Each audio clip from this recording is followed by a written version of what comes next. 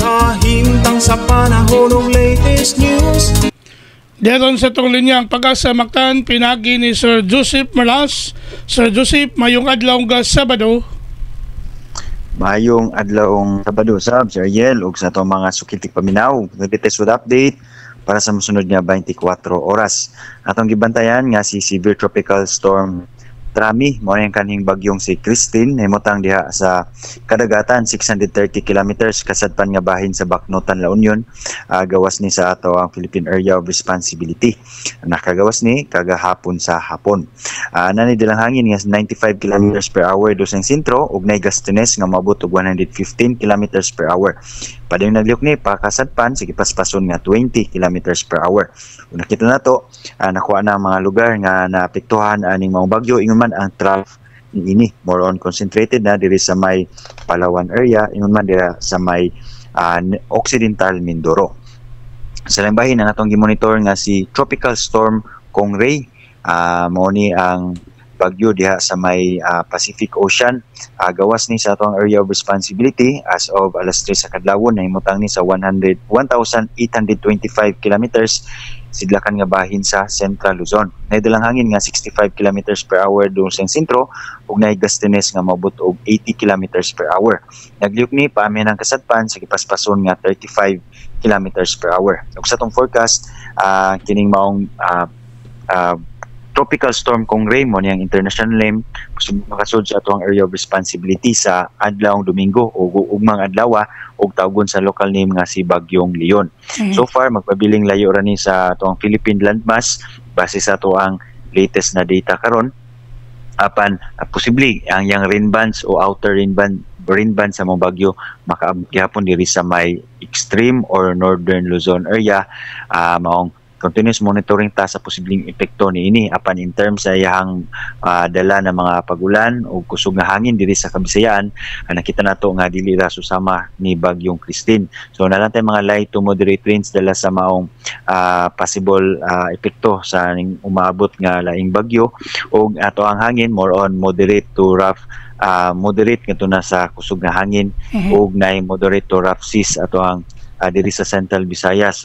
Nakita nato posible wala ra tay issue na gale warning apan magpabiling magbinantayon kay maka-enhance gyapon ni sa ato ang hangin from the southwest. Maong karong sud sa 24 oras tungod aning southwest wind flow o hangin nga gikan sa bagatang kasadpan, dala ni aning tinod aning hangin gikan ni bagyong Christine nga bisan paglayo na nakahatag yapon epekto in terms sa atong hangin. Nakahatag yapon ni og medyo mapanganuron ngadto sa manag-umon nga kalangitan ug naay mga katag-katag mga lumalabay nga hinay ngadto sa karangan ng mga pagulan, pagpanugdog og kilat diri sa Kabisayaan lakip ng probinsya sa Subo. Samtang sa tong hangin ug kadagatan, wala na tay gale warning, wala na po tay tropical cyclone signals. Ang tibok Kabisayaan aduna nay hinay ngadto sa kasarangan nga hangin nga gikan sa habagatang kasadpan ngadto na sa kasadpan. Watong kadagatan ay kasarangan ngadto na kwasyon nga baluron ng kahimtang labi na diri sa may southernmost portion sa Visayas. So par diri sa ato tungod kay wala naman tay thunderstorm activities pero mga orasan nalang tay mga light rains sa Yel no. So nalang tay mga hinay ngadto sa kasarangan na mga pagbalod sa ato ang kadagatan karon. Sa Cebu ato ang dagat mo hunas ni sa alas 2:15 alas 2:00 sa hapon nga nagimabon nga 0.3 meters ug motaog alas 6:26 ugma sa buntag nga nagilawmon nga 1.2 meters. Ang temperatura 25 up to 31 degrees Celsius matong haring adlaw mo mami sa 5:34 karong buntag. Ug matong latest nga diri sa buhatan sa Pag-asa Mactan, Visayas Diwisti, si Joseph Merlas, maayong buntag. Sir Joseph? Yes sir. Kani si Bagyong Leon, kusog-kusog na siya o hinay? Ato ang in terms sa iyang sustainability yung movement. Yung general movement nakita na tong more on kuan siya around 25 kilometers per hour, medyo paspas ni in average kumpara sa pagkakaroon iyang movement kumpara atong Christine but samtang mosud ni sa atong area of responsibility medyo mohinay iyang movement no diha sa kadagatan o Philippine Sea area. So in terms sa iyang kakusgon nga hangin pinakataas na ang gi-forecast ani is nasa typhoon category. So ang kanilon sir, ang pahimangno lang sa atong mga katawhan sa naminaw karon. Yes sir. Singabot na bagyo kani si sa local name nga si Bagyong Leon. Piling ma-updated ta sa atong issue ng mga tropical cyclone bulletin ug ato ang mga rainfall advisories, rainfall warnings na to diri sa Kabisayaan hinon. In terms sa kay nakita na to dili ra man siya mo landfall no base sa to ang data karon apan iyang trough iyang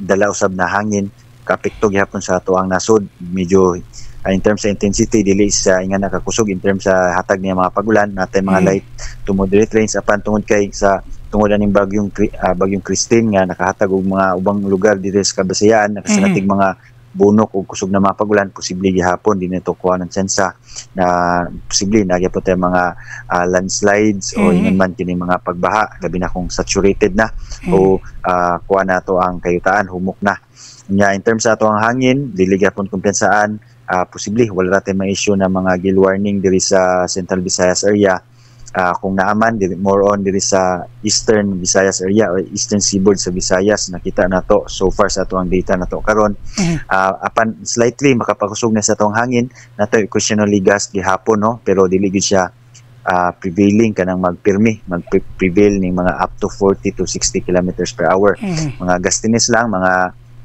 from time to time na alay mga susama no mga 40 up to 60 kilometers per hour dili lang siya consistent dili siya mo prevail sa tibuok adlaw nya kani mapabiling magbinantayon magmampingon to mga mananagat labi na nag-iya o gagmayng sakyan ng pandagat kani si Leon day ang iyang gida ni uwan daghang uwan.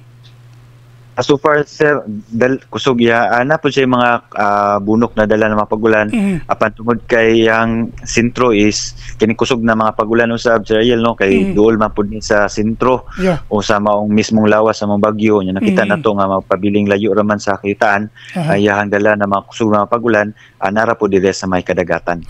So man na lang nas dagat kay sa atos kabukiran kuyaw na. Yes, sir. So, salamat nimo Sir Joseph sa panahon sa atong tulumanon sa mga pamukaw. Wise sa penusab, Sir Ariel. Maayong buntag o happy weekend sa tanan. Salamat, Sir Joseph. Yung may buntag das Pag-asa Mactan. Okay, good morning. Inyo gadabati ang atong weather specialist gikan sa Pag-asa Mactan. Pinagi ni Sir Joseph Merlas, ang atong weather specialist. Nagagatod sa tong dagan sa kahimtang sa panahon nining adlaw nga Sabado, Oktubre 26, tuig 2024. Salamat ni Sir Joseph Merlas ug mayong buntag sa Pag-asa Mactan. May pangutauban kang kubra in action Panahon ta o paminaon Sa'yo sa kabuntado